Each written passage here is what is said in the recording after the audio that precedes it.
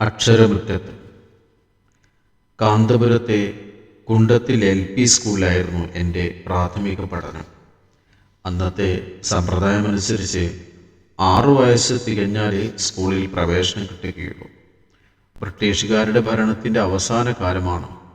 പാരമ്പര്യമായി മുസ്ലിങ്ങൾ ഖുർആനും മറ്റും പഠിച്ചു പോന്ന ഓത്തുപള്ളികളിൽ വെച്ച് തന്നെ സ്കൂൾ വിദ്യാഭ്യാസവും നേടാനുള്ള സൗകര്യം അക്കാലത്തുണ്ടായിരുന്നു. പുറമെ മുസ്ലിം ഭൂരിപക്ഷ പ്രദേശങ്ങളിലെ സർക്കാർ സഹായത്തോടെ പ്രവർത്തിക്കുന്ന സ്കൂളുകളിൽ മതപഠനം നടത്താനുള്ള സൗകര്യവും പുതുതായി ഏർപ്പെടുത്തിയിരുന്നു. അങ്ങനെയാണ് മാപ്പിള സ്കൂളുകൾ എന്ന് പേരുള്ള ഗവൺമെൻറ് സ്കൂളുകൾ നാട്ടിൻപുറങ്ങളിൽ ഉണ്ടായത്. ഓത്തുപള്ളികളും സ്കൂളുകളും തമ്മിലുള്ള ഈ ബന്ധം കൊണ്ടായിരിക്കണം നമ്മുടെ നാട്ടിലെ സ്കൂളുകൾ പള്ളിക്കൂടങ്ങൾ എന്ന പേരിൽ കൂടി അറിയപ്പെടുന്നത്. ബ്രിട്ടീഷുകാരുടെ താൽപ്പര്യവും ഉത്സാഹവുമായിരുന്നു ഇത്തരം സ്കൂളുകൾ സ്ഥാപിക്കുന്നതിന് പിന്നിൽ പ്രവർത്തിച്ചത് എന്ന് കേട്ടിട്ടുണ്ട്. 1921 മലബാറിൽ ബ്രിട്ടീഷുകാർക്കെതിരായ സമരങ്ങൾക്ക് ശേഷം മുസ്ലിം കുട്ടികളെ സ്കൂളുകളിൽ എത്തിക്കുന്ന കാര്യത്തിൽ അവർ വലിയ താൽപ്പര്യമെടുക്കുകയും ഇക്കാര്യങ്ങൾ നോക്കി നടത്തുന്നതിനു വേണ്ടി പ്രത്യേകം ഒരു ഓഫീസറെ തന്നെ നിയമിക്കുകയും ചെയ്തു. മതവിദ്യാഭ്യാസ കാര്യത്തിൽ പുലർത്തുന്ന കണിശതയാണ് മുസ്ലിങ്ങൾക്ക് ബ്രിട്ടീഷുകാരോടുള്ള എതിർപ്പ് കൂടാൻ പ്രധാന കാരണം എന്ന ചിന്തയായിരുന്നു ഇതിൻ്റെയൊക്കെ ഹേതു. മലബാർ കലാപത്തെ കുറിച്ച് അന്വേഷിച്ച കമ്മീഷൻ ഓത്തുപള്ളികളിൽ ഭൗതിക വിദ്യാഭ്യാസം നിർബന്ധമാണ് എന്നൊരു നിർദ്ദേശവും ഇറക്കിയിരുന്നു. ഈ സമയത്താണ് പൂനൂരിലെയും പരിസര പ്രദേശങ്ങളിലെയും ഒട്ടുമിക്ക ഓത്തുപള്ളികളിലും സ്കൂൾ പഠനം ആരംഭിച്ചത്. തയ്യിൽ സൈദാലി മുസ്ലിയാർ എന്ന മതപണ്ഡിതനായിരുന്നു ഞങ്ങളുടെ നാട്ടിലും സമീപ പ്രദേശങ്ങളിലും സ്കൂളുകൾ തുടങ്ങാൻ നേതൃത്വം നൽകിയത്. തിരൂരിനടുത്ത തിരുനാവായ എടക്കുളം സ്വദേശിയായ അദ്ദേഹം 1923 ശിവപുരം കൂരാപ്പുറത്തെ മുദരിസായിട്ടാണ് ഇവിടേക്ക് ആദ്യം വരുന്നത്. അദ്ദേഹത്തിന് മുൻകൈയിലാണ് പിന്നീട് വട്ടോളി, പനങ്ങാട്, വള്ളിയോത്ത് തുടങ്ങി നിരവധി സ്ഥലങ്ങളിൽ സ്കൂളുകൾ സ്ഥാപിക്കുന്നത്. കൂരാപ്പുറത്ത് അദ്ദേഹം ആരംഭിച്ച ഓത്തുപള്ളിയും സ്കൂളാക്കി മാറ്റി. ഇങ്ങനെ തുടങ്ങിയ പല സ്കൂളുകളുടെയും മാനേജറായും അധ്യാപകനായും അദ്ദേഹം ദീർഘകാലം പ്രവർത്തിച്ചു. സയൻസും കണക്കുമെല്ലാം പഠിക്കുന്നതിൽ അദ്ദേഹത്തിന് പ്രത്യേക വൈദഗ്ധ്യമുണ്ടായിരുന്നതായി ശിഷ്യന്മാർ പറയുന്നത് കേട്ടിട്ടുണ്ട്. പിന്നീട് തിരുനാവായയിലേക്ക് തിരിച്ചു പോയപ്പോൾ സ്കൂളുകളുടെ നേതൃത്വം നാട്ടുകാരെ ഏൽപ്പിക്കുകയായിരുന്നു. എൻ്റെ ചെറുപ്പത്തിൽ തന്നെ സൈദാലി മുസ്ലിയാരെ പരിചയപ്പെടുകയും അദ്ദേഹവുമായി വ്യക്തിബന്ധം സ്ഥാപിക്കുകയും ചെയ്തിരുന്നു. എൻ്റെ മതപഠന കാര്യങ്ങളിലെല്ലാം വലിയ താല്പര്യം കാണിച്ച അദ്ദേഹം എനിക്ക് സ്ഥിരമായി കത്തുകൾ എഴുതുമായിരുന്നു. അദ്ദേഹം സൂക്ഷിച്ചു വെച്ച എൻ്റെ കത്തുകൾ ഈയിടെ അദ്ദേഹത്തിൻ്റെ മക്കൾ കൊണ്ടുവരികയുണ്ടായി. അക്കാലത്തെ പല ഓർമ്മകളിലേക്കും കൊണ്ടുപോകുന്ന എഴുത്തുകൾ. ഞാൻ ആദ്യമായി ദർസ് തുടങ്ങിയപ്പോൾ ആ പരിപാടിയിൽ പങ്കെടുക്കുന്നതിന് വേണ്ടി അദ്ദേഹം ഏറെ സാഹസപ്പെട്ട് എത്തുകയുണ്ടായി. ആ ബന്ധം അദ്ദേഹത്തിൻ്റെ മരണം വരെ തുടരുകയും ചെയ്തു. ഓത്തുപള്ളിയായി തുടങ്ങി പിന്നീട് സർക്കാർ സ്കൂളുകളായി മാറിയതാണ് കുണ്ടത്തിൽ LP സ്കൂളും. വയൽക്കരയോട് ചേർന്ന് നീളത്തിൽ ഓലമേഞ്ഞ ഒരു കെട്ടിടത്തിലാണ് സ്കൂൾ. പഠന സാമഗ്രി എന്നു പറയാൻ ബെഞ്ചല്ലാതെ മറ്റൊന്നും അവിടെ ഉണ്ടായിരുന്നില്ല. അതുതന്നെ മണ്ണ് ഉരുട്ടിയെടുത്തുണ്ടാക്കിയ അടുക്കിന്മേൽ പലക ഉറപ്പിച്ചു വെച്ചുള്ളത്.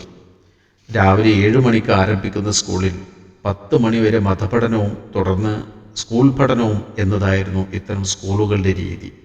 എന്നാൽ കുണ്ടത്തിൽ സ്കൂളിൽ കൃത്യമായ സമയക്രമമൊന്നും ഉണ്ടായിരുന്നില്ല.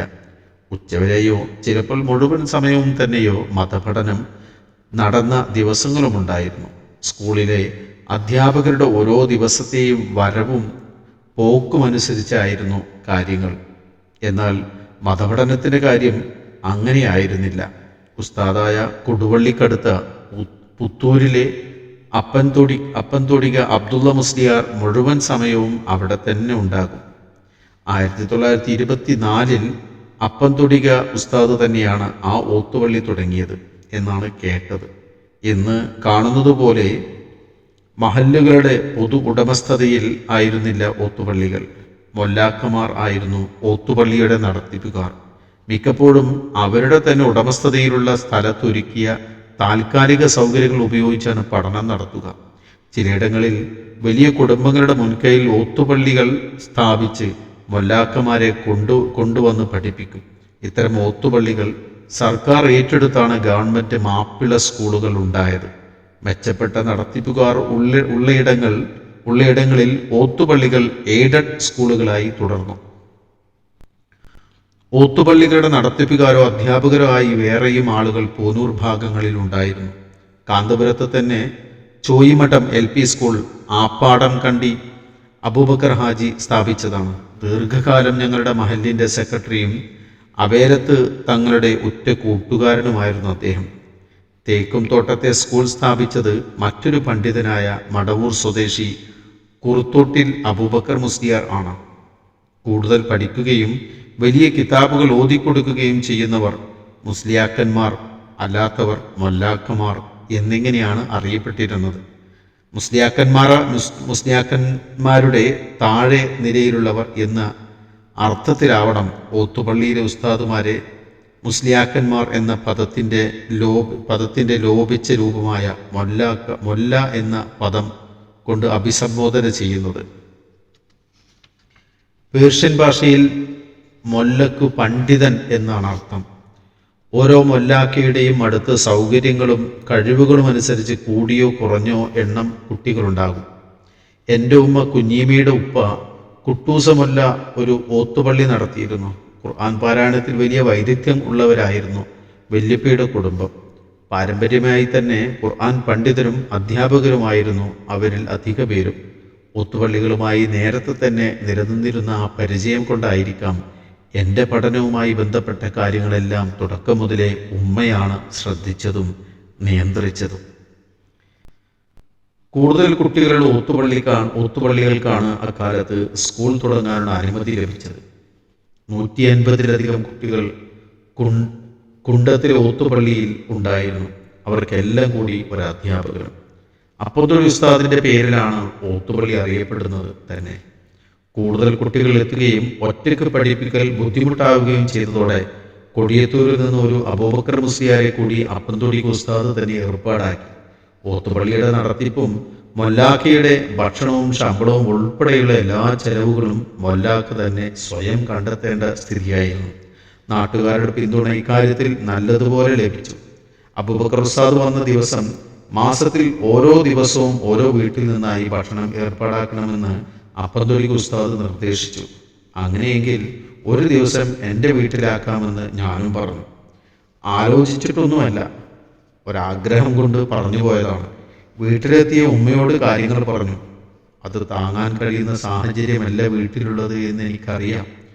അതിനെന്താ, നല്ലതല്ലേ എന്ന ഭാവത്തിൽ ഉമ്മ സന്തോഷപൂർവ്വം അതേറ്റു. ഉസ്താദിന് ഭക്ഷണം കൊടുക്കേണ്ട ദിവസമായാൽ ഉമ്മാക്ക് വെപ്രാളമാണ്. അതിനുള്ള വിഭവങ്ങൾ ഒരുക്കൂട്ടാനുള്ള ഓട്ടം. മാസത്തിൽ ഒരിക്കലാണ് ഭക്ഷണം കൊടുക്കേണ്ടതെങ്കിലും സൂക്ഷിച്ചു വെക്കാൻ പറ്റിയ എന്തെങ്കിലും നല്ലൊരു വിഭവം നേരത്തെ കിട്ടിയാൽ ഉമ്മ അത് ഉസ്താദിന് വേണ്ടി കരുതി വെക്കും. ഇറച്ചിയും മീനുമൊക്കെ അന്ന് അപൂർവമായി ലഭിക്കാറുള്ളൂ.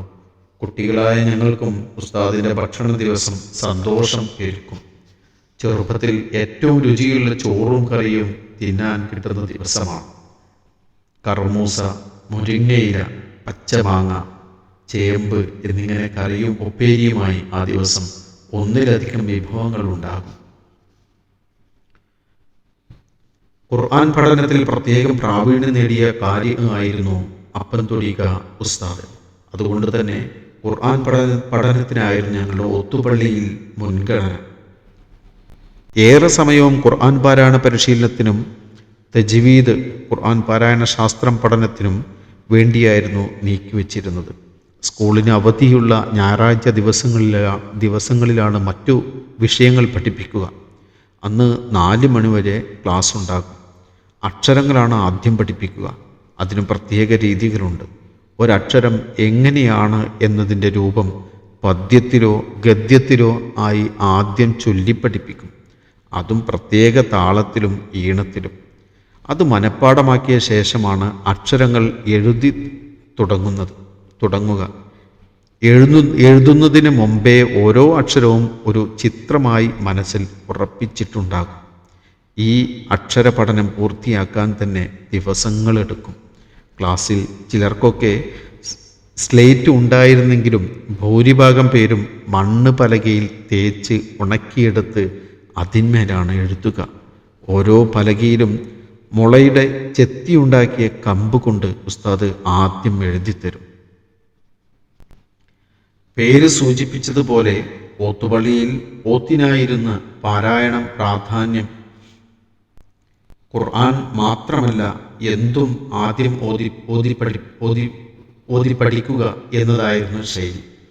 ഓതി മനഃപ്പാഠമാക്കിയ ശേഷമാണ് വിശദാംശങ്ങളും വിശദീകരണങ്ങളും പഠിക്കുക. വായിച്ചൂട്ടി ഓത്ത് എന്നായിരുന്നു ഈ പഠനരീതിയുടെ പേര് തന്നെ. വായിച്ച് കൂട്ടി ഓതൽ എന്ന അർത്ഥം. അലിഫിന് ആ, ഐന് ഊ, വാ നീട്ടി ദാലിന് ദു, അഊദു, ബാക്ക് ബി, ലാമിന് ശദ്ദും നീട്ടും വന്നു, ഹാക്കു ഹി, അഊദു ബില്ലാഹി എന്നിങ്ങനെയാണ് വായിച്ചൂട്ടി ഓത്തിൻ്റെ ശൈലി. ചൊല്ലിപ്പഠിക്കുന്ന ഈ രീതി മുസ്ലിം വിദ്യാഭ്യാസ സമ്പ്രദായത്തിലെ ഒരു സവിശേഷതയാണ്. കേട്ടുപഠിക്കുന്നത് പോലെ ഒരു കാര്യം പഠിച്ചോ എന്ന് ഉസ്താദ് പരിശോധിക്കുന്നതും ചൊല്ലിപ്പിച്ചാണ്. പാഠഭാഗം ഓരോ കുട്ടിയും മുഴുവനായും ഓതി കേൾപ്പിക്കണം.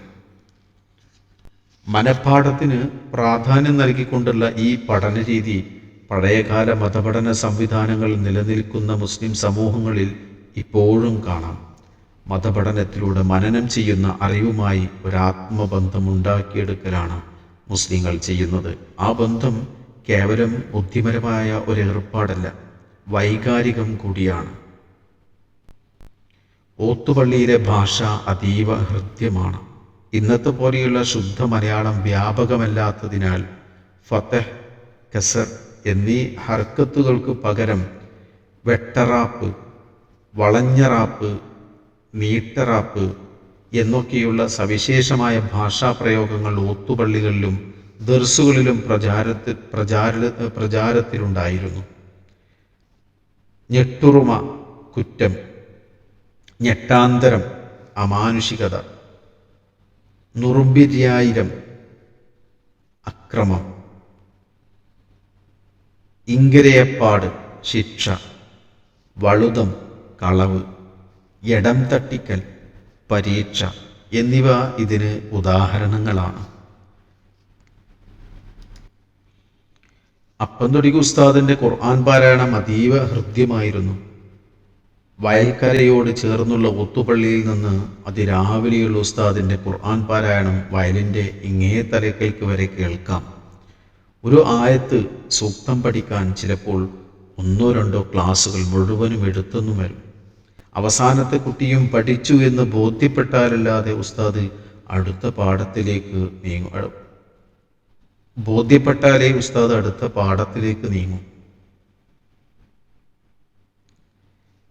എൻ്റെ ഒരു സഹപാഠി അബൂബക്കർ ഉണ്ടായിരുന്നു. പുതുതായി ഇസ്ലാം സ്വീകരിച്ച കുടുംബമായിരുന്നു അവൻ്റേത്. അറബി പഠിക്കാൻ അവന് തുടക്കത്തിൽ ചില പ്രയാസങ്ങളുണ്ടായി. പ്രത്യേകിച്ചും മലയാളത്തിൽ ഇല്ലാത്ത അറബി അക്ഷരങ്ങളുടെ ഉച്ചാരണം പഠിക്കാൻ അബൂബക്കറിന്റെ പഠനത്തിന് കൂടുതൽ സമയമെടുക്കുന്നത് ഞങ്ങളുടെയും പഠനത്തെ സഹായിച്ചു എന്ന് പറയാം. അവനോടൊപ്പം ആവർത്തിച്ചു പറഞ്ഞ് അക്ഷരങ്ങളുടെ ഉച്ചാരണം നല്ലതുപോലെ ശരിയാക്കാനുള്ള അവസരം കിട്ടി. അൽഹാഖു മുത്തകാത്തുർ എന്ന വാക്ക് പഠിപ്പിക്കുമ്പോൾ അൽഹാ അൽഹാ അൽഹാ എന്ന് അവന് വേണ്ടി 10-20 തവണ ഉസ്താദ് ആവർത്തിക്കും. തൊണ്ടയുടെ പ്രത്യേക ഭാഗത്ത് നിന്ന് പൊഴിഞ്ഞാലേ അറബിയിലെ ഹായുടെ ഉച്ചാരണം ശരിയാവുകയുള്ളൂ. കുട്ടികൾ ആ പൂർണ്ണത കൈവരിക്കണമെന്നുള്ള ആഗ്രഹം കൊണ്ടാണ് ഉസ്താദ് ഇങ്ങനെ ചെയ്യുന്നത്. ഇങ്ങനെ ഓരോ അക്ഷരത്തിനു വേണ്ടിയും ക്ലാസ്സിലെ ഓരോ കുട്ടിക്കു വേണ്ടിയും ഉസ്താദ് കഠിനാധ്വാനം ചെയ്യും.